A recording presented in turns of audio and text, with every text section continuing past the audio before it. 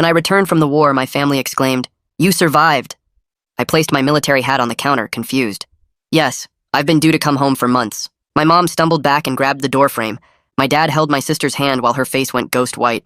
I locked eyes with each of them, and that's when I saw it. Disappointment. Clear as day. They'd always seen me as the family regret, but I was hoping deployment would change that. I was just about to surprise them with my promotion of $300,000 when my dad butted in. "Son, maybe you should extend your deployment." Suddenly, all of my family's heads turned up in anticipation of my response. "I can't." I was exposed to the burn pit, and it gave me a rare form of cancer. I only have 8 months left to live. As soon as the lie left my lips, I watched their reaction like a hawk. For a split second, I caught the sight of a smirk on every single one of their faces. "That's so sad," my sister blurted out, burying her face in her hands. "They better provide good death benefits at least," my mom said, rubbing my arm. "I think they give $400K to grieving families." That night, I pretended to sleep on the couch. From the kitchen, Mom, Dad, Cecilia, and her boyfriend Pender were talking.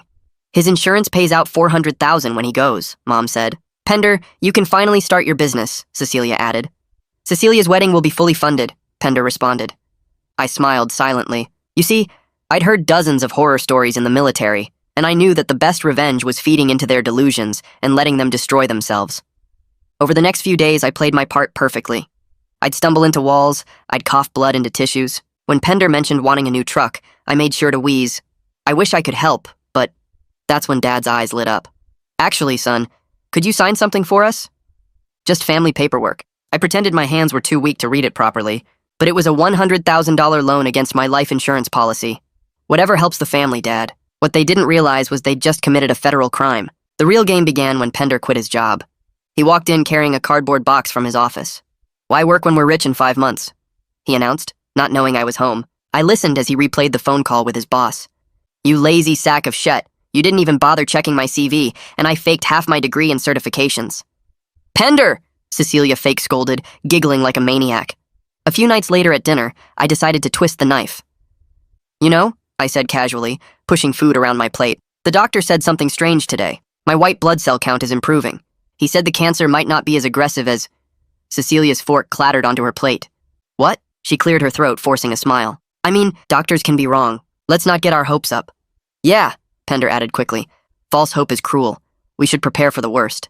I nodded slowly, but in the back of my mind I thought about how I'd already spent my $300,000 bonus. The Mercedes AMG in storage. The downtown penthouse already furnished. Every day they thought I was at treatment. I was living my actual life. It almost made me feel guilty, until it was time for the funeral planning. Mom pulled out a literal binder. "We've picked your casket," she said, showing me the cheapest option. "And Cecilia's giving your eulogy." "We told the funeral home payment in full comes from life insurance," Dad explained. He'd also cashed out his entire 401k with a 40% penalty, losing the $80,000 he'd saved for 30 years. "Smart thinking," I wheezed. Cecilia had dropped out of college in her final semester, forfeiting her degree and $60,000 in tuition. My mom had broken the apartment lease, owing $15,000 in penalties, and told her landlord to sue her because I'll be rich soon. That night I heard them on a conference call with a voice I didn't recognize. "We need another $100,000, Dad was saying. "The insurance pays out in 2 months maximum." "You understand what happens if you don't pay?" The accent was thick, and there was casino music in the background. "We'll have your money," Pender promised. "His organs are failing." My life had been reduced to collateral. The next morning, Mom handed me a coffee with shaking hands. It tasted bitter. Wrong. I pretended to drink it while she watched, then poured it out later. The residue at the bottom looked grainy. They were trying to speed things up. The next morning, I scheduled a family meeting for Sunday, saying the doctors wanted to discuss hospice options. They practically celebrated. They had no idea the funeral they'd planned wasn't mine. It was theirs. I lay on that couch for hours, staring at the ceiling and replaying every word from the kitchen. The way Mom calculated the insurance payout like she was shopping for groceries. How Pender mapped out his business plans using my death as startup capital.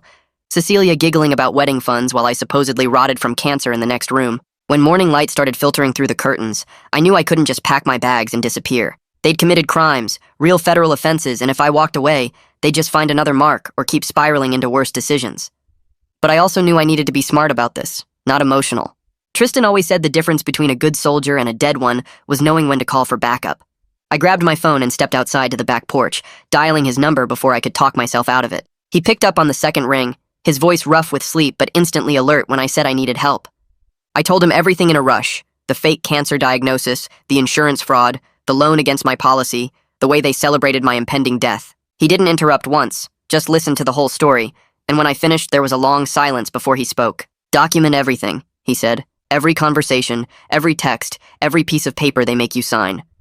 Stay calm. Don't let them see you're onto them, and for God's sake, don't do anything that makes you as bad as they are." His voice had that same steady quality from overseas, the tone that kept me grounded during the worst firefights. I spent the rest of the morning at the library 2 towns over, setting up a secure cloud storage account under an email they didn't know about. I uploaded every recording I'd made so far, the audio from the kitchen where they divided up my death benefits, the video of Pender bragging about his fake credentials, screenshots of text messages where Cecilia talked about wedding venues. I created folders for each family member and added timestamps and context notes for everything, making sure a prosecutor could follow the timeline without any gaps. The librarian gave me a weird look when I asked about their privacy policy for public computers, but I just smiled and said I was working on a research project. By the time I got back to the house around 1 in the afternoon, I felt like I had some control back, like I wasn't just a victim waiting for them to finish me off. Dad was waiting in the kitchen with more paperwork spread across the table, his reading glasses perched on his nose like he was doing something legitimate instead of plotting. He waved me over with a smile that didn't reach his eyes and explained he needed me to sign a medical power of attorney, just standard stuff for someone in my condition. I pulled out my phone like I was checking messages but actually started recording video, angling it so the camera caught both of us in the documents. My hands shook a little as I picked up the pen, but I made it look like weakness from my fake illness instead of rage. Dad explained the form would let them make healthcare decisions if I couldn't communicate near the end, his voice so caring and paternal that I almost believed he meant it. I watched his face as I signed, saw the little flash of satisfaction he tried to hide, the way his shoulders relaxed once my signature was on the page. He patted my arm and said he was proud of how brave I was being, then carefully filed the document in a folder labeled with my name. That evening I heard voices from the garage and moved closer to the door, pressing my ear against the wood. Pender was on the phone with someone, his voice loud and boastful in that way drunk people get when they think they're being clever. He was talking about the new truck he'd already picked out, laughing about how he told his boss where to shove his job because his girlfriend's brother was about to make them all rich. The worst part was what came next, when he said the dumb bastard didn't even know they'd been planning this for months, that they'd talked about it before I even came home from deployment. My stomach turned as I realized this wasn't opportunistic greed, it was premeditated. They'd been hoping I'd die overseas, and when I survived, they just adjusted their timeline. I backed away from the door before he could hear me and went to my room, sitting on the bed and trying to process what I'd just learned.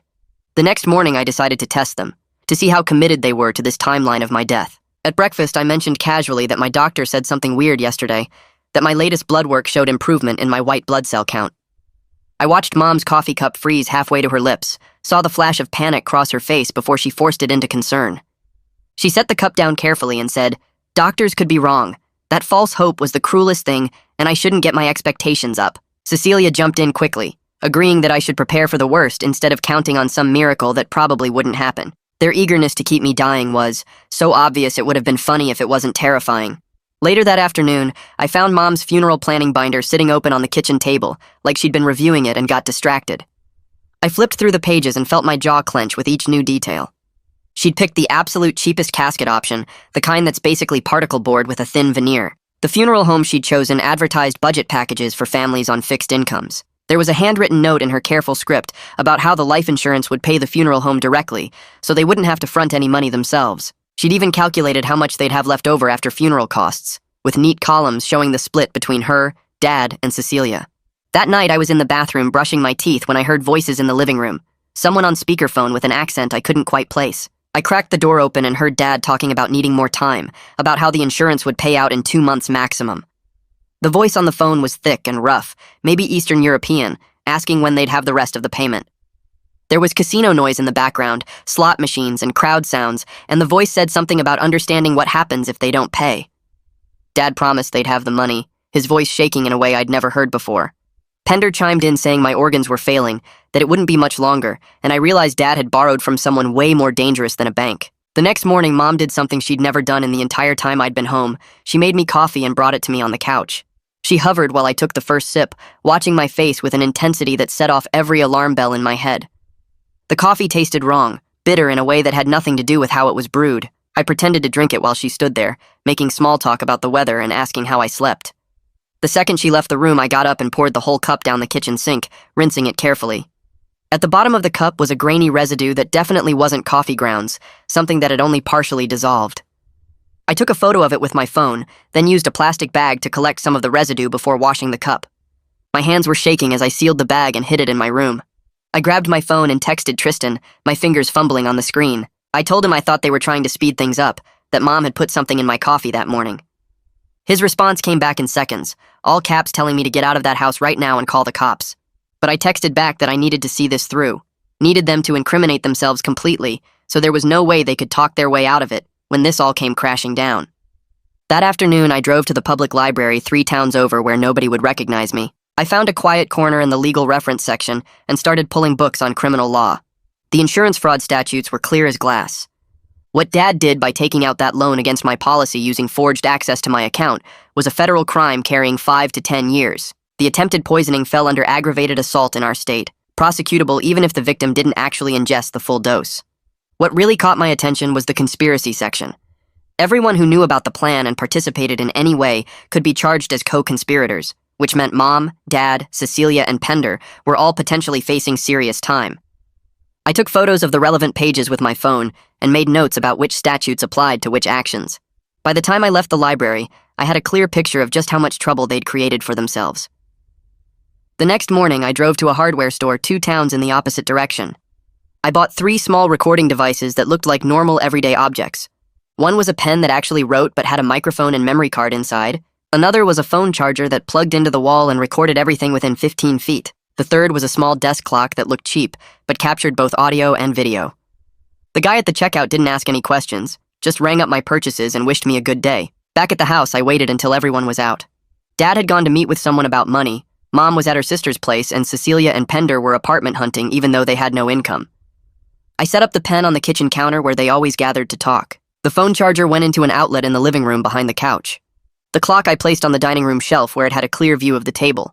I tested each one with my phone app to make sure the coverage overlapped, and I wasn't leaving any blind spots in the main areas where they plotted. When I got back from testing the devices, I called a hospice organization I found online. A woman with a kind voice answered, and I explained that I'd been diagnosed with terminal cancer and wanted to discuss end-of-life planning with my family present. She connected me with a social worker named Marguerite, who asked some basic questions about my diagnosis and timeline. I told her the doctors said I had maybe 2 months left and my family was struggling with the reality of it. She said she understood, and these conversations were never easy, but having a neutral professional present often helped families communicate better. We scheduled her to come to the house Sunday at 2 in the afternoon. I made sure to mention I wanted my whole family there so we could all hear the same information and make decisions together.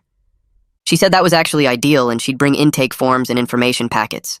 After I hung up, I felt the first real sense of control I'd had since this whole thing started. Sunday was going to be the day everything came out, and now I'd have a credible witness there when it happened. That night, alone in my room, I sat on the edge of my bed and stared at my hands. They looked like my hands, but I didn't quite recognize what they'd been doing lately. Setting traps, gathering evidence, manipulating my own family even if they deserved it. I wondered if I was becoming just like them, calculating and cold and willing to hurt people to get what I wanted. The thought made my stomach turn. But then I remembered their faces when I told them I was dying. Those smirks that flashed for just a second before they covered them with fake sadness. I remembered Mom's voice talking about death benefits like she was discussing a lottery win. I remembered Dad borrowing money from criminals using my life as collateral. The difference was clear when I really looked at it. They were trying to profit from my death. I was trying to stop people who wanted me dead. That wasn't the same thing at all. I waited until mid-morning when the house was busy with everyone moving around to make my anonymous call. I used a burner phone I'd picked up at a convenience store and dialed the insurance company's fraud hotline. A man answered, and I told him I had information about a potentially fraudulent claim on a life insurance policy. I gave him my policy number and suggested he might want to audit the account for irregularities. I mentioned that someone had taken out a loan against the policy, and there might be misrepresentation on the application about the insured person's medical condition. He started asking for my name and contact information, but I told him I was just a concerned party who thought they should look into it. Then I hung up before he could press me further. It wasn't much, but it would get them looking at Dad's paperwork, and once they started digging, they'd find all the forged documents and false statements. The next day, I walked into the police station and asked the officer at the front desk if I could speak with a detective about a potential crime. She made a phone call, and 10 minutes later, a man in his 40s came out to the lobby. He introduced himself as Detective Morris and led me back to a small interview room with a table and 4 chairs. I sat down and told him everything. The fake cancer diagnosis, my family's reaction, the insurance fraud, the loan from dangerous people, and the coffee Mom gave me that tasted wrong. I showed him the photos of the grainy residue and explained I'd saved a sample in a sealed container. He listened without interrupting, taking notes on a yellow legal pad. When I finished, he leaned back in his chair and studied me for a long moment. Then he said he could help, but I'd need to understand this wasn't going to be simple. I'd need to wear a wire and document everything in real time. The case would be stronger if we caught them in the act of planning or attempting something, rather than just relying on past evidence. I told him I was ready to do whatever it took. That evening, I rented a storage unit across town under a fake name I'd used for my penthouse lease. I loaded my car with everything that mattered. The title to my Mercedes that was sitting in a different storage facility. My military medals in their presentation case. My actual medical records from the base hospital showing I was healthy with no cancer diagnosis. My discharge papers and promotion documentation. The folder with my real bank statements showing the $300,000 bonus. I drove it all to the storage unit and locked it away where my family couldn't get to it if things went bad. On the drive back, I memorized 3 different routes away from the house in case I needed to leave in a hurry. I programmed Detective Morris's direct number into my phone under a fake name. I mapped out where the nearest police station was and how long it would take to get there from different locations. I wasn't taking any chances that they might try something before Sunday. The next morning, the hospice intake call happened right on schedule. I gathered everyone in the living room and put Marguerite on speakerphone. She introduced herself and explained she'd be coming by Sunday to do a full assessment and discuss care options. She asked some questions about my current condition and symptoms. Mom's voice broke at exactly the right moment when she described how hard it was watching me decline. Cecilia talked about wanting to cherish our remaining time together and make sure I was comfortable. Dad asked practical questions about pain management that made him sound like a caring father instead of someone counting down days until a payout. Pender even chimed in about how the whole family was committed to supporting me through this difficult time. They performed grief so perfectly, it would have fooled anyone who didn't know the truth. Marguerite said she was impressed by how involved and supportive they all were, that many families struggled to face these conversations. After the call ended, they all looked relieved, like they'd passed some kind of test. I waited until everyone dispersed to different parts of the house before I made my move. I'd printed out forms from a legal template website the night before, official-looking documents with the header, Accelerated Death Benefit Application, across the top. These were real forms that some insurance companies use to let terminally ill people access part of their death benefit early. I filled in most of the fields but left the signature line blank. Then I put everything in a folder and left it on the dining room table where someone would definitely find it. I positioned one of my hidden cameras to capture the table from the perfect angle. If anyone tried to forge my signature, I'd have it on video. The bait was set. That afternoon, Mom came to me with a concerned expression and said she wanted to help organize my medications since I had so many bottles, and it must be confusing to keep track of everything. I watched her hands carefully as she lined up all the pill bottles on the kitchen counter. She sorted them by type and time of day, making neat little rows and explaining her system. When she stepped away to get a notepad, I quickly pulled out my phone and photographed everything. The bottle labels, the dosages, the pill counts. I zoomed in on each bottle to get clear images of exactly how many pills were inside. If any went missing or got swapped with something else, I'd have proof of what they were supposed to be. Mom came back and finished her organizing, writing out a schedule for when I should take each medication. She seemed genuinely pleased with herself, like she was doing something helpful. I thanked her and told her it really did make things easier. She squeezed my shoulder and said that's what family does. They take care of each other. The words would have been touching if I didn't know what she'd already tried to put in my coffee. 2 days later, I was in the kitchen making breakfast when I heard Dad get the mail. He came back inside holding a thick envelope with the insurance company logo on it. I watched from around the corner as he opened it and started reading. His face went from confused to pale to red in about 10 seconds. He called for Mom and Cecilia, and they gathered around the dining table while I stayed back where they couldn't see me. Dad read the letter out loud and his voice was shaking. The insurance company was flagging the policy for audit. All benefit access was frozen pending investigation.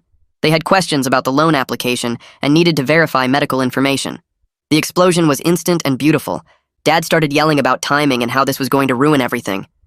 Mom was crying and saying they'd already spent money they didn't have. Cecilia turned on Pender and blamed him for pushing Dad to take out the loan so fast. Pender fired back that it was her idea to speed things up in the first place. They went back and forth for 20 minutes, each one blaming someone else, while I stood there recording every word on my phone. When they finally calmed down enough to think straight, Dad said he'd call the insurance company and straighten it out. Mom said they needed to be careful what they said, because audits meant they were looking for fraud. That night at dinner, everyone was tense and quiet. Dad kept checking his phone like he was waiting for something important. We were halfway through the meal when his phone rang. He looked at the number and his whole body went stiff. He put it on speaker and set it on the table. I was in the living room, but I could hear everything perfectly. The voice on the other end had a thick accent, and there was casino noise in the background. The man asked where his money was. Dad tried to explain about the insurance audit and how it was just a delay. The voice cut him off and said he wanted $50,000 by next week. Dad stammered something about needing more time. The man's voice got cold and said if he didn't have the money by next Friday, they would start taking payment in other ways. Dad promised the insurance money was coming soon, just a small delay. Everything would be fine. The man hung up without saying goodbye. I watched Dad's hands shake as he picked up his phone. Mom asked who that was and Dad just shook his head. The next morning I came downstairs and found everyone at the breakfast table. I sat down and mentioned casually that I had a doctor appointment yesterday. They all looked up at me. I said my oncologist mentioned something interesting about a new clinical trial. The trial was for my type of cancer, and it might extend my timeline by 6 months or more. Maybe even a year if it worked really well. I watched their faces carefully. Mom was the first to speak. She said clinical trials were risky and often gave false hope. Dad agreed and said experimental treatment might make my remaining time miserable instead of peaceful. Cecilia jumped in saying I should focus on quality of life, not quantity. Pender added that trials were just guinea pig experiments and most of them failed anyway. They all talked over each other trying to convince me not to do it. I let them go on for a few minutes before I said I'd think about it. The relief on their faces was obvious. After breakfast, I grabbed the sealed container with the coffee residue and drove across town to a medical lab. I explained to the technician that I suspected someone was drugging me and needed the residue tested. She looked concerned and asked if I was in immediate danger. I told her I was safe for now, but needed proof of what was in the coffee. She said they could run a full toxicology screen. I mentioned that Detective Morris had sent over a chain of custody form. She pulled it up on her computer and nodded. The form would make sure the results could be used as evidence if this went to court. She labeled the container and gave me a receipt. She said results would take 3 to 5 business days. That afternoon, my phone rang and it was Tristan. He didn't waste time with small talk. He said I needed to hire a lawyer before this went any further. I started to argue, but he cut me off. He said even though I was the victim here, my own lying about being sick could create legal problems. I might need someone protecting my interests too. I told him I'd think about it, but hiring a lawyer now might tip off the family that something was wrong. He said I was being stupid and stubborn. We argued for a few more minutes before he made me promise to at least look up some names. I agreed just to get him off my back. That evening, Mom found me in my room and said she wanted to help me keep track of my medications. She said it must be confusing with so many different pills and schedules. I told her that would be really helpful. We went to the kitchen and she started going through all the bottles. She organized them by time of day and wrote out a detailed schedule. Before she touched anything, I pulled out my phone and took pictures of every single bottle. I zoomed in on the labels and made sure I could see the pill counts clearly. When Mom stepped away to get a pen, I took more pictures. After she finished organizing everything, I thanked her and said it really did make things easier. When she left the room, I took another complete set of pictures. I checked each bottle against images online to make sure the pills inside matched what the labels said. Everything looked normal so far, but I wasn't taking any chances. The next day, Detective Morris called while I was out getting groceries. He said the insurance investigator Evelyn had finished reviewing Dad's loan application. She confirmed that Dad had lied about my medical condition and forged access to my online insurance portal. The application had false information about my prognosis and treatment timeline. It was enough for fraud charges, but they wanted more evidence of the broader conspiracy before moving forward. The detective said they were building a case that would stick to everyone involved, not just Dad. He asked if I'd noticed anything else suspicious. I told him about the loan shark call and how scared Dad looked. He said that was good information and to keep documenting everything. He explained they'd logged the coffee sample and were tracking whether anyone in my family had purchased sedatives or other substances. He wanted to know if I'd seen anyone going to pharmacies or making suspicious purchases. I realized I hadn't been paying close enough attention to their daily movements. I'd been so focused on recording their conversations that I missed the physical evidence trail. He told me to start watching where they went and what they bought. 2 days before Sunday, a black car pulled up outside our house. A man in an expensive suit got out and walked toward the door. Dad was in the living room, and when he looked out the window, his face went completely white. He told us all to stay inside and went out to the porch. I moved to a window where I could see without being obvious. The man was talking, and Dad was nodding and pulling out his wallet. Dad handed over some cash, but based on the man's angry hand gestures, it wasn't enough. The conversation got heated, and the man poked Dad in the chest a few times. After the man left, Dad stood on the porch for a long time just staring at nothing. When he came back inside, he looked like he'd aged 10 years. His hands were shaking and there was sweat on his forehead even though it wasn't hot outside. That afternoon, I decided to push things further. I was in the kitchen getting water when I let my knees buckle and fell to the floor. I made sure to gasp like I couldn't breathe properly. I kept my eyes half closed so I could see their reactions. The family rushed over and surrounded me. Through my eyelashes, I watched their faces. Pender muttered something under his breath that sounded like finally. Cecilia hissed at him to shut up. Mom's voice was cold and calculating when she asked if they should call for help or just wait and see. Dad said to give it a minute and see if I came around on my own. They stood there watching me struggle to breathe for what felt like forever. Finally, Mom told Cecilia to get me some water. I let my breathing slowly return to normal and opened my eyes fully. They all rushed to help me up and asked what happened. I said I just felt dizzy all of a sudden. Mom said it was probably the cancer progressing and I should rest more. They helped me to the couch and brought me water and pillows. The whole time they were playing concerned family, I was thinking about what I'd just heard them say when they thought I was unconscious. The next morning, my phone rang early, and I saw Detective Morris's number on the screen. I stepped outside to the back porch where nobody could hear me. He got straight to the point about the coffee sample I'd given him. The lab found crushed sleeping pills in the residue, enough to cause serious problems if I'd been taking other medications, or if my body was actually weak from illness like they thought. He said it was solid evidence of attempted poisoning, and combined with the insurance fraud, they were building a strong case against the whole family. But he needed Sunday's meeting to happen so they could catch everyone together with witnesses present who could testify about what they saw and heard. I told him I understood and asked what I should do until then. He said to act normal, keep documenting anything suspicious, and stay safe. By midday, I got a call from Evelyn at the insurance company. She'd been digging through their systems and found the access logs for my policy portal. Dad's laptop showed up in the records with timestamps proving he logged in pretending to be me. He'd submitted the loan application himself and attached forged medical papers that made my condition sound worse than I'd even claimed it was. She said the fraud was clear as day, and she was working with Detective Morris to have everything ready for Sunday's confrontation. I thanked her and hung up, feeling this weird mix of victory and sadness that my own father had done this. Later that afternoon, I was checking my phone when I walked past the family computer in the den. Cecilia had left herself logged in, and I could see her text messages right there on the screen. My stomach dropped as I read through a conversation with Pender from 2 days ago. She was asking about ways to shorten the wait and whether his cousin, who works as a nurse, could get access to something stronger than sleeping pills. Pender had responded asking what she meant by stronger, and Cecilia wrote back that she meant something that would look natural, like a heart attack or stroke. I felt sick reading my own sister actively plotting to kill me. I grabbed my phone and took screenshots of everything, then sent them straight to Detective Morris with shaking hands. He texted back within minutes saying this was exactly the kind of evidence they needed and to be extra careful around the family. I spent the rest of the afternoon working with Detective Morris on setting up a trap for Saturday. We arranged for a delivery company to bring an official-looking envelope addressed to me containing a fake accelerated benefit payout check. The check looked real enough to fool someone who wasn't looking too close, and it required my signature to deposit. Detective Morris said we were betting that someone would try to forge my signature, and we'd have it on camera when they did. I positioned my phone in the living room bookshelf with the camera aimed at the front door and mail table, making sure the angle would catch everything. Friday morning, I called the hospice organization and asked to speak with Marguerite. I confirmed she'd be arriving Sunday at 2 in the afternoon for the consultation. She asked if there was anything specific she should know beforehand, and I explained there was some family tension around my illness. I said I wanted a neutral professional present to help guide difficult conversations about end-of-life planning. It was true enough that she didn't question it, and she told me she'd worked with plenty of complicated family situations before. She sounded kind and professional, and I almost felt bad about what she was walking into. Saturday morning arrived, and I made a big show of being tired and needing to nap in my room. I pulled up the camera feed on my phone and watched the living room from under my blankets. Right on schedule, the delivery person knocked and left the envelope on the front porch. I watched Pender answer the door and bring the envelope inside. He looked at the return address and his eyes got wide. He called for Cecilia, and they opened it together right there at the mail table. I watched Pender read the fake check and saw his face light up with greed. He grabbed a pen and some scratch paper from the drawer and started practicing my signature over and over. After about 10 tries, he carefully signed the endorsement line on the back of the check. The whole thing was caught in perfect high-definition video. I saved the file immediately and sent a copy to Detective Morris. He responded with a thumbs up and told me that was textbook forgery. That afternoon, Dad found me in the kitchen and said he needed to talk. He sat me down at the table with another form and explained it was a DNR order. He said it would tell doctors not to try to bring me back if my heart stopped, that it would prevent me from suffering through painful procedures that probably wouldn't work anyway.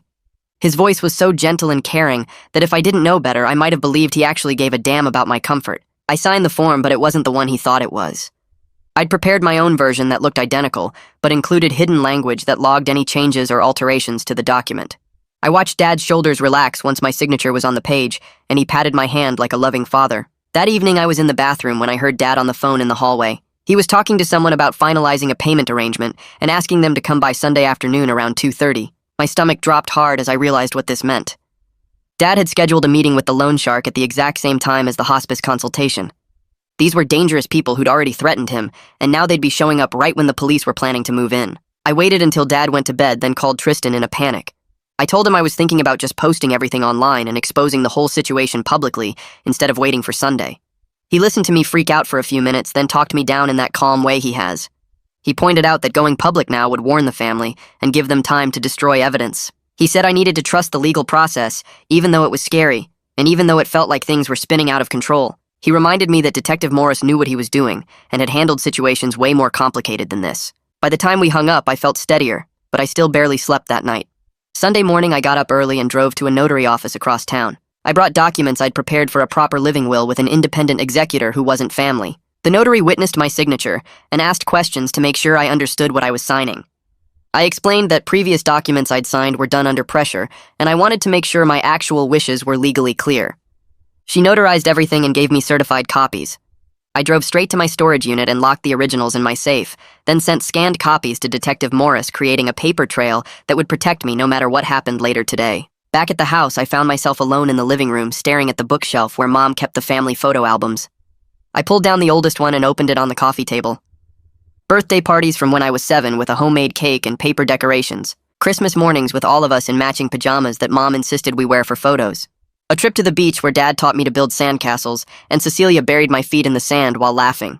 I turned the pages slowly and studied each picture, looking for signs of what they would become. But the smiles looked real. The hugs looked genuine. Dad's hand on my shoulder at my high school graduation seemed proud, not disappointed. I let myself feel the loss of it, the grief for people who either never existed or died so gradually I didn't notice when they stopped being my family. The photos showed strangers wearing familiar faces. I closed the album and put it back on the shelf, accepting that whatever we had been was gone long before I came home from deployment. My phone buzzed in my pocket, and I saw Detective Morris calling. I answered, and he got straight to the point without any greeting. He said even though I was cooperating and clearly the victim of their crimes, my own lie about being sick could create legal problems for me. The insurance company might come after me for fraud. The prosecutor might want to charge me with filing a false report if any medical claims got submitted. He couldn't promise complete immunity, and I needed to understand I might face consequences too. I told him I understood, and I was willing to accept that exposing them was worth whatever happened to me legally. He said okay, and reminded me that everything was set for this afternoon, that I should stay calm and let things play out. I hung up and checked the time. It was almost 1 in the afternoon. The doorbell rang and I heard Mom answer it. A delivery person asked her to sign for a certified letter. I walked into the hallway and watched Mom's face go white as she read the return address. She ripped open the envelope right there in the doorway, and I saw her hand start shaking as she read. The letter was from the insurance company formally notifying the family that my policy was under criminal investigation for fraud and all benefit access was frozen pending the outcome. Mom stumbled backward, and Dad came running from the kitchen asking what was wrong. She handed him the letter without speaking. His face went from confused to angry to scared in about 5 seconds. Cecilia came down the stairs asking what all the noise was about, and Pender followed behind her. Dad read the letter out loud in a voice that kept breaking. Criminal investigation, fraud, frozen benefits, possible prosecution. The words hung in the air like smoke. Then the explosion started. Dad turned on Mom and started screaming that this was her fault for pushing him to take out that loan, that he never would have done it if she hadn't kept talking about how much money we'd have. Mom screamed back that Cecilia was the one who kept making plans and spending money they didn't have yet, that she encouraged all of this. Cecilia started crying and yelling that Pender was the one who quit his job, that he was the one who kept saying I'd be dead soon anyway, so why wait? Pender got in Dad's face and said it was Dad who borrowed from dangerous people, who forged my signature, who got them into this mess. They went around and around, blaming each other, voices getting louder and meaner. I stood in the doorway watching them tear each other apart, and nobody even looked at me. They were so busy attacking each other they forgot I was there. The fighting went on for maybe 10 minutes before it started to slow down. Everyone was breathing hard and red in the face. Cecilia was crying for real now, not the fake tears she'd been doing for weeks. Mom had her head in her hands. Dad looked like he aged about 20 years.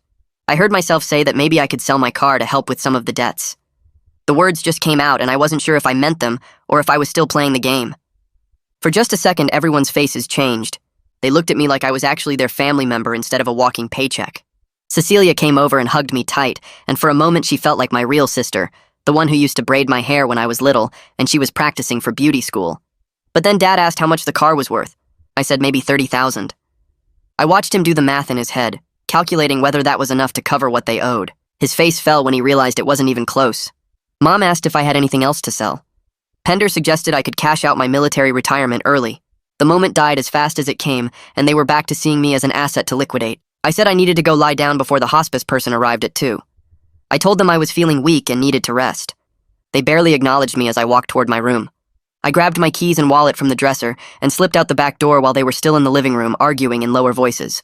I drove across town to my penthouse and let myself in, making sure nobody followed me. I spent the next hour installing extra security locks on the door and windows. I set up my actual living space properly with my clothes in the closet and my personal items on the shelves. I made the bed with real sheets instead of the temporary setup I'd been using. This was my real home now, and I needed it to feel that way. Before I left, I grabbed a pill organizer from the bathroom and filled it with vitamins. I used a label maker to print out fake medication names that sounded like cancer drugs. I drove back to the family house and snuck the pill organizer into my room, leaving it on the nightstand where they'd see it. Let them think I was still taking my medication. Let them think everything was normal. Back at my penthouse, I opened my laptop and checked my secure email. Detective Morris had forwarded me a text message he'd intercepted from the loan shark's phone. It said Sunday 2:30 p.m., bring cash or collateral. The timing collision was confirmed. The loan shark would be showing up right in the middle of the hospice meeting and the insurance audit. Detective Morris added a note at the bottom saying they'd have units ready to handle multiple situations at the same time, that I shouldn't worry about the dangerous people showing up because they'd be dealt with. I closed the laptop and felt my heart pounding. This was really happening. Everything was coming together in a few hours. I picked up my phone and called the hospice social worker. She answered on the second ring, and I told her my name and reminded her about the 2 o'clock appointment. I said I wanted to give her a heads up that the family meeting might be tense, that there were some financial problems adding stress to everything. She said she appreciated the warning and that she'd worked with families in crisis before. She said her job was to keep the conversation helpful and make sure everyone felt heard. I thanked her and hung up feeling slightly better knowing she was prepared. My phone rang again almost immediately. It was the insurance investigator calling to confirm her arrival time. She said she'd be at the house at 2:15 to conduct her audit interview with Dad, which meant she'd walk in right when the hospice meeting was starting. I told her that was fine and gave her the address again to make sure she had it right. She said she was looking forward to getting to the bottom of this situation and that fraud cases like this were taken very seriously by her company. I could hear the steel in her voice and I knew Dad was in for a rough time. She hung up and I sat there in my penthouse looking out the window at the city below. The convergence of official witnesses was coming together exactly as planned. Detective Morris and his team watching from outside. The hospice social worker asking questions. The insurance investigator conducting her audit. The loan shark showing up demanding payment. All of it happening at the same time in the same place with my family at the center. That evening, I set up my phone on a tripod and started recording a video. I looked at the camera and began talking, explaining everything from the beginning. I said I lied about being sick because I saw disappointment on their faces when I came home alive. I described overhearing them plan how to spend my death benefits. I talked about the loan Dad took out and the fake credentials Pender bragged about and the college degree Cecilia threw away. I explained about the coffee Mom tried to poison me with and the funeral they planned with the cheapest casket. I was honest about my own lies and manipulation, about how I fed into their plans and documented everything. I said I wasn't trying to paint myself as a perfect victim or some kind of hero. I admitted the moral complexity of what I'd done, how I'd deceived them even though they were trying to kill me. I talked about the gray areas and the questions I still had about whether I'd become as bad as they were. The video ran for almost 30 minutes and by the end my voice was rough and my eyes were burning. I stopped recording and saved the file to 3 different locations. If something went wrong tomorrow, if the loan shark's people hurt me, or if my family tried something desperate, at least there would be a record of the truth. I saved the video file to 3 different cloud accounts and locked my phone. My hands were still shaking from talking through everything out loud. I stood up and walked to the window, looking down at the city lights below. Tomorrow at this time it would all be over, one way or another. I went to my bedroom and pulled out a notebook, the kind with cheap lined paper that I used to use in high school. At the top of the first page I wrote down the first question I wanted to ask. Something casual about their plans for after I was gone. I crossed it out because it sounded too obvious, like I was fishing for information. I tried again, making it sound more like a dying man wanting to know his family would be okay. I wrote down 5 different versions before I found one that felt natural. Then I moved on to questions about the money. How to bring up the loan without making it sound like I knew it was fraud. How to reference the insurance payout in ways that would get them talking. I filled 4 pages with different approaches, different phrasings, different ways to create openings for them to incriminate themselves. By the time I finished, it was almost midnight and my hand hurt from writing. I read through everything twice, memorizing the questions that felt most natural. Then I tore the pages out of the notebook and fed them through my paper shredder. I couldn't risk anyone finding my practice notes. I set 3 alarms on my phone for 6 a.m. and tried to sleep. I lay in bed staring at the ceiling, running through scenarios in my head. What if they realized it was a trap before the police arrived? What if the loan shark showed up early and things got violent? What if Mom had put something worse than sleeping pills in my coffee, and I'd actually been poisoned with something dangerous? My brain wouldn't shut off and I kept checking my phone every 20 minutes. Around 3 in the morning, I finally dozed off for a few hours. The first alarm went off at 6 and I woke up with my heart already racing. My hands were shaking, so bad I could barely hold my phone to turn off the alarm. I sat up in bed and felt like I couldn't get enough air into my lungs. My chest was tight, and my vision was getting fuzzy around the edges. I grabbed my phone and called Tristan with trembling fingers. He answered on the second ring, his voice alert even though it was early. I tried to tell him I couldn't do this, but the words came out in gasps. He told me to breathe in for 4 counts, hold for 4, out for 4. I followed his instructions, and after a few minutes, my vision cleared. He reminded me that I was doing this to protect myself, that my family had tried to poison me, that their choices created this situation. He said I was brave for standing up to them instead of just running away. He told me to take a shower and get dressed and call him back if I needed to. I thanked him and hung up. I sat on the edge of my bed for another 10 minutes, just breathing slowly. Then I got up and took the longest shower of my life, letting the hot water run over me until I felt almost normal again. At 9:30, I drove to a notary office on the other side of town. The woman behind the desk was in her 60s with reading glasses on a chain around her neck. I told her I needed to revoke some legal documents I'd signed. She pulled out the proper forms and asked me which documents I was revoking. I explained about the power of attorney papers my dad had me sign, the medical decision-making authority, all of it. She typed up the revocation paperwork and had me sign in 3 places while she watched. Then she stamped everything with her official seal and made certified copies. I asked for 5 copies and she ran them through her machine. I paid her in cash and she handed me the documents in a manila folder. I thanked her and walked out to my car. I sat in the parking lot and used my phone to scan all the documents, then emailed them to Detective Morris. Then I texted him that the originals were on their way. I drove to the post office and sent the folder by certified mail with signature required. Now there was a legal record that my family no longer had authority over my medical decisions or anything else. I got back to the family house at 11:45. My stomach was doing flips, but I walked through the front door like everything was normal. Mom was in the kitchen making lunch and asked if I wanted anything. I told her I wasn't hungry. Dad was in the living room watching television. Cecilia and Pender were upstairs. I went to my room and waited. At exactly noon, I heard a car pull up outside. I looked through the window and saw Detective Morris getting out of an unmarked sedan. He was wearing jeans and a polo shirt, looking like he could be anyone. I went to the front door and let him in before anyone else noticed. He followed me to my room and closed the door quietly. He pulled a small device out of his jacket pocket. It looked like a thick button with a wire attached. He had me take off my shirt, and he taped the microphone to my chest, running the wire down to a small transmitter that clipped to my belt. He showed me how to turn it on and off. Then he went over the safety rules. If I said the word hospital, they would come in right away. If things got physical, they were positioned outside and could be through the door in seconds. He told me to try to stay in the main living room where they had the best sight lines through the windows. He asked if I understood, and I nodded. He tested the microphone by having me count to 10 while he listened on his earpiece. Then he put his hand on my shoulder and told me I was doing the right thing. He left through the back door and I watched him walk casually down the alley to where his team was set up. At 1:30, I told my family that the hospice worker would be here at 2.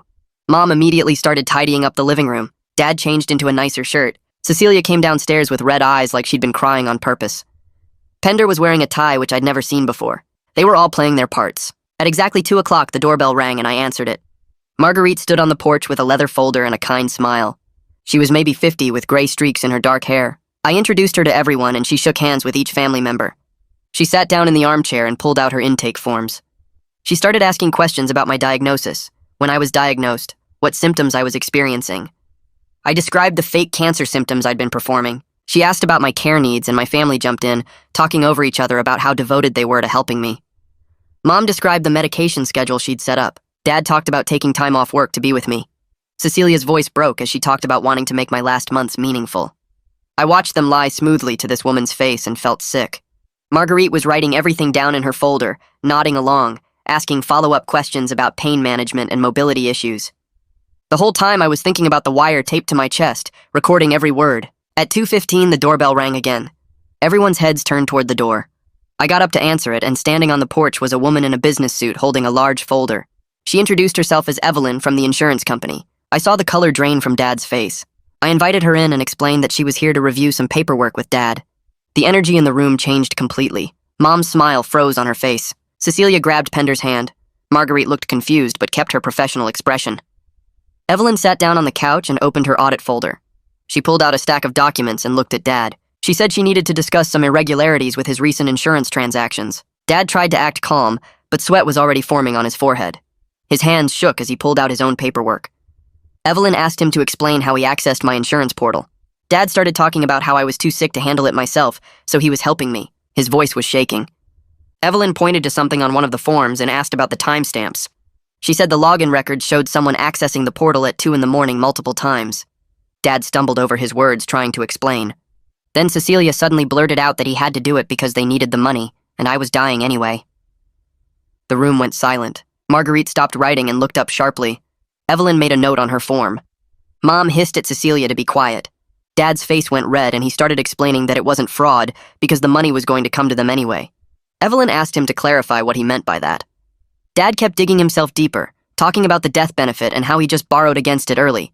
Pender had been drinking since morning and I could smell it from across the room. He suddenly laughed and said they'd all been so smart about this.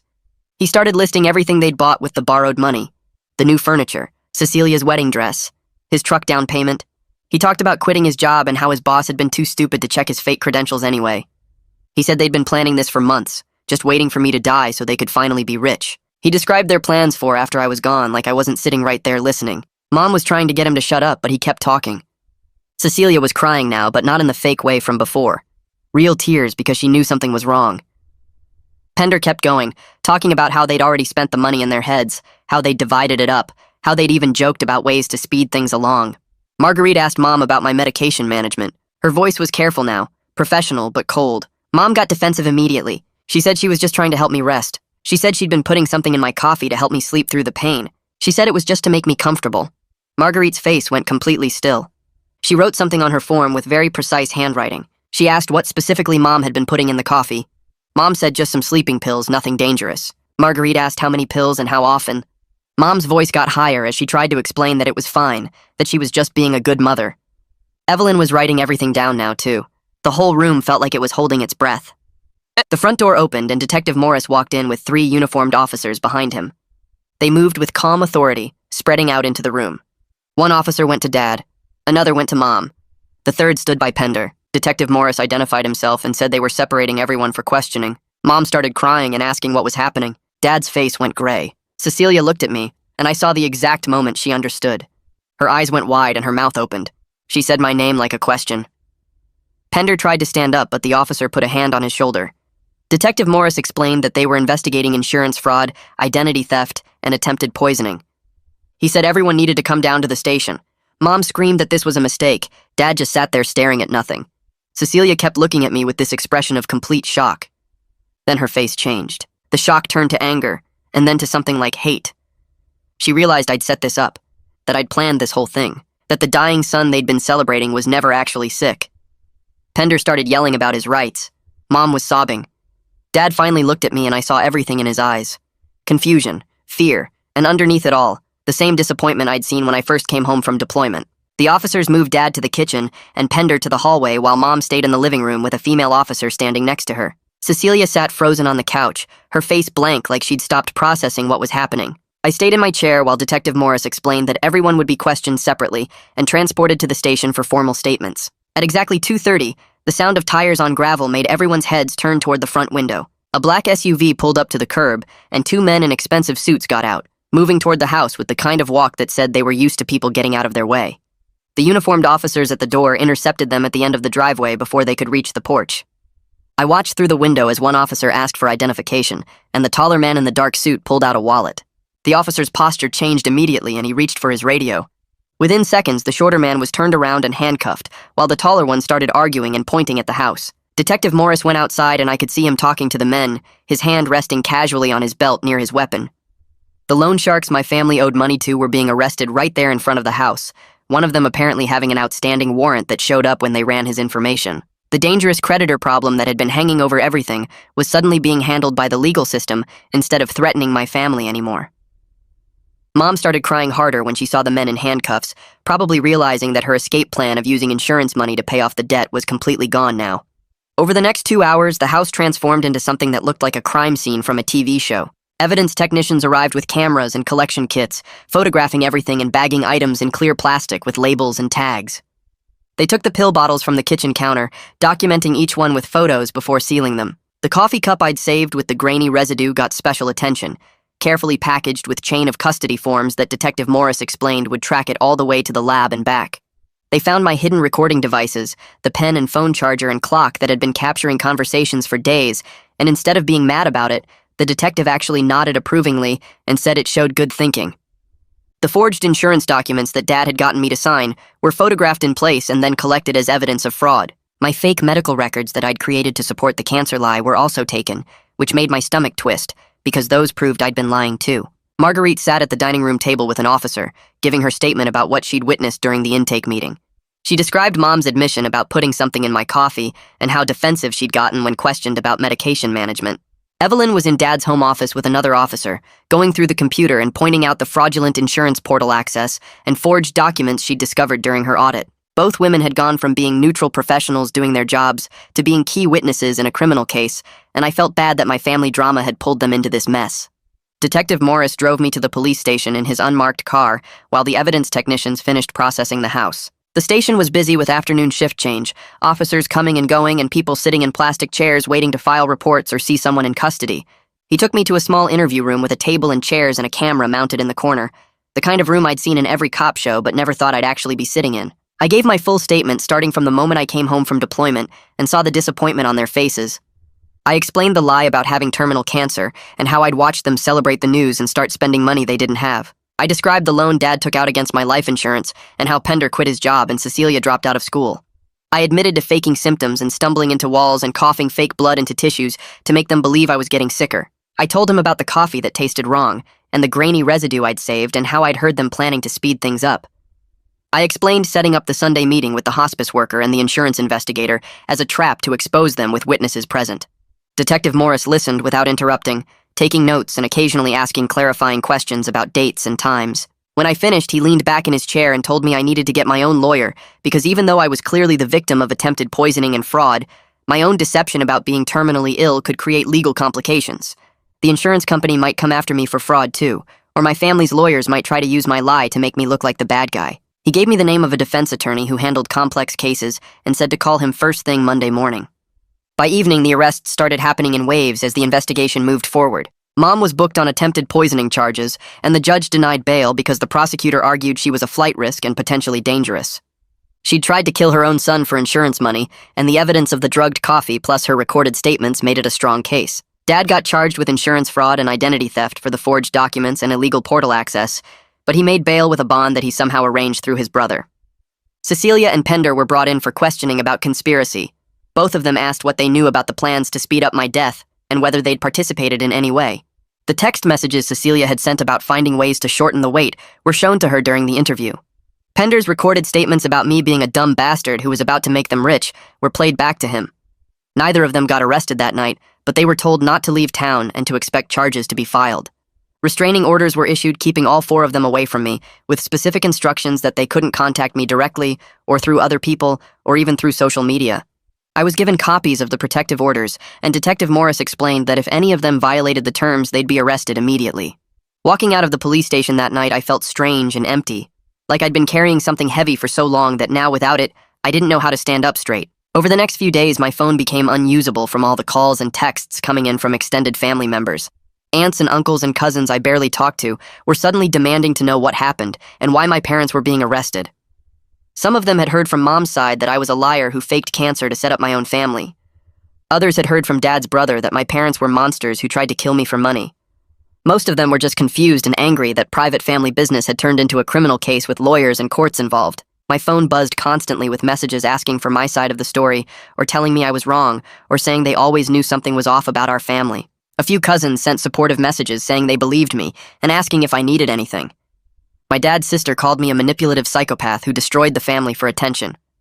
My mom's brother said he always knew my parents were capable of something like this. The family group chat that usually shared holiday photos and birthday wishes turned into a war zone of accusations and defenses and people taking sides. I stopped reading the messages after the first day because every notification made my chest tight and my hands shake. I turned off my phone and left it in a drawer, checking it once a day for messages from Detective Morris or my new lawyer, but ignoring everything else. The bail and arraignment hearings happened over the following week, and I had to attend some of them as a witness and victim. Dad made bail with money borrowed from his brother, walking out of the courthouse in the same clothes he'd been wearing when they arrested him. Mom's hearing was different because the prosecutor brought photos of the drugged coffee residue and played recordings of her talking about helping me rest through the pain. The judge looked at the evidence and listened to the prosecutor explain that Mom had access to medications and had already tried once to poison me. He denied bail and remanded her to custody pending trial, which meant she'd stay in jail until the case was resolved. Mom cried and her public defender argued that she wasn't a danger, but the judge said attempted murder of a family member showed a willingness to harm that made her too risky to release. Watching her be led away in handcuffs made me feel sick, even though I knew she'd literally tried to kill me. Cecilia's arraignment came a few days later, and she was charged with conspiracy to commit fraud and conspiracy to commit assault. Pender got similar charges plus his own fraud charges related to the fake credentials he'd bragged about. Both of them made bail and walked out looking smaller and older than they had a week ago. The judge issued protective orders preventing any of them from contacting me directly or through intermediaries and warned them that violation would result in immediate arrest and bail revocation. The insurance company froze the entire policy and sent a letter saying all claims were suspended pending the outcome of the criminal investigation. My new lawyer met with their legal team to discuss my cooperation in the fraud case against Dad. They were willing to offer me limited immunity for my false statements about being terminally ill in exchange for my testimony about how Dad forged my signature and accessed my account illegally. The deal meant I wouldn't face criminal charges for lying about having cancer, but I'd have to pay back the $100,000 loan amount plus penalties and interest. My lawyer explained this was actually a good deal because technically I had committed fraud by making false statements to get sympathy, even though my family had used those statements to commit worse crimes. I'd have to pay back around $120,000 total over a payment plan, which would eat up a big chunk of my military bonus, but was better than going to jail. I signed the agreement and gave a detailed statement about everything I knew regarding the insurance fraud. The insurance investigator thanked me for my cooperation and said my testimony would be crucial in their case against Dad. 2 weeks after everything exploded, I got a phone call from a number I didn't recognize. A man with a thick accent told me that my father still owed money and the debt didn't go away just because some of the collection people got arrested. He said I could help the family by paying what was owed, and when I said I wasn't paying anything, he told me I should think carefully about my decision. I recorded the call and sent it immediately to Detective Morris, who called me back within an hour. He said they were building a case against the entire lending operation, and these kinds of threats were actually helpful evidence. But in the meantime, the danger hadn't completely disappeared. He advised me to vary my routes and times, to be aware of my surroundings, and to call 911 immediately if I saw anything suspicious. I asked if I should get a gun, and he said that was my choice, but I should get proper training first if I did. The threat hung over me for days, making me check over my shoulder constantly and avoid going out after dark. I installed extra locks on my penthouse door and got a security camera for the hallway. Every unexpected sound made me jump, and every unknown car on my street made me nervous. I started moving my stuff fully into the penthouse, making it feel like an actual home instead of the secret hideout it had been. I bought real furniture instead of the minimal setup I'd had before, hung pictures on the walls, stocked the kitchen with actual food instead of just beer and takeout containers. I set up my military awards in the living room and put photos of my unit on the bookshelf, the guys who'd actually had my back when things got hard. The place slowly transformed from a crash pad into somewhere I could actually live, and working on it gave me something to focus on besides the legal case and the family drama. I found a therapist who specialized in family trauma and betrayal, a woman in her 50s who'd heard every terrible family story and didn't seem shocked by mine. In our first session, I sat on her couch trying to explain how I felt and kept coming back to the same thing, that I didn't know how to feel about any of this. Relief that I'd exposed them before they could actually kill me. Guilt that I'd lied and manipulated them even though they'd been planning worse. Anger at what they'd done and what they'd been willing to do. Grief for the family I'd thought I had, for the people I'd hoped they were but apparently never existed. All of it mixed together in ways I couldn't untangle, leaving me feeling numb some days and overwhelmed others. She told me that was completely normal, that trauma doesn't come in neat packages with clear emotions attached. She said we'd work on processing everything piece by piece, and that healing wasn't about making the feelings go away, but about learning to live with them, without being controlled by them. Tristan visited one weekend, and we sat on my balcony drinking beer and watching the city lights come on as the sun went down. For once, we didn't talk about the case or the family or any of it, just sat there like we used to do on base after long days. Eventually, I told him I kept having dreams where my family actually loved me, and the whole thing was a misunderstanding, where I'd wake up and they'd be happy I was alive instead of disappointed. He took a long drink of his beer and said that was normal, that wanting them to be different people didn't make me weak or stupid. He said everybody wants their family to love them, it's hardwired into humans, and just because they didn't doesn't mean something's wrong with me. He told me about his own dad who'd been a mean drunk, and how even now, years later, he sometimes caught himself hoping the old man had changed, even though he knew better. We sat there in comfortable silence, and I felt grateful that at least one person from my life had turned out to be exactly who I thought they were. The insurance company's legal team called 2 weeks later with their settlement offer. They wanted $40,000 paid back over 5 years, plus my full cooperation testifying against Dad in their fraud prosecution. My lawyer walked me through the terms over the phone, explaining that it wasn't perfect, but it was fair, given that I'd lied to them first about being terminally ill. He said taking the deal was smarter than risking criminal charges of my own, that judges don't like it when people file false insurance claims, even if they had good reasons. I signed the paperwork at his office the next morning, agreeing to monthly payments of $667 starting in 90 days. It felt like getting off easy considering everything that happened, and the lawyer said the insurance company just wanted their money back, and a prosecution witness more than they wanted to punish me. 3 months later, I'd settled into what passed for a new normal. Therapy happened twice a week with the trauma specialist, where we worked through trust issues and family dysfunction without trying to rush past the hard parts. Tristan called every Sunday to check in, sometimes just to talk about nothing, sometimes to make sure I was actually going to therapy and not isolating myself in the penthouse. I found a part-time job at a veterans support center, doing intake paperwork and resource coordination, something that got me out of the house and around people who understood deployment without needing explanations. The wire recorder Detective Morris gave me stayed in my desk drawer as a reminder that trust wasn't something you just gave away anymore. It was something you verified first and earned over time. I wasn't happy exactly, not the way people mean when they talk about happiness, but I was safe. Some days that felt like enough. Like maybe safety was the foundation you built everything else on top of, and I was still learning how to lay those first stones without my hands shaking.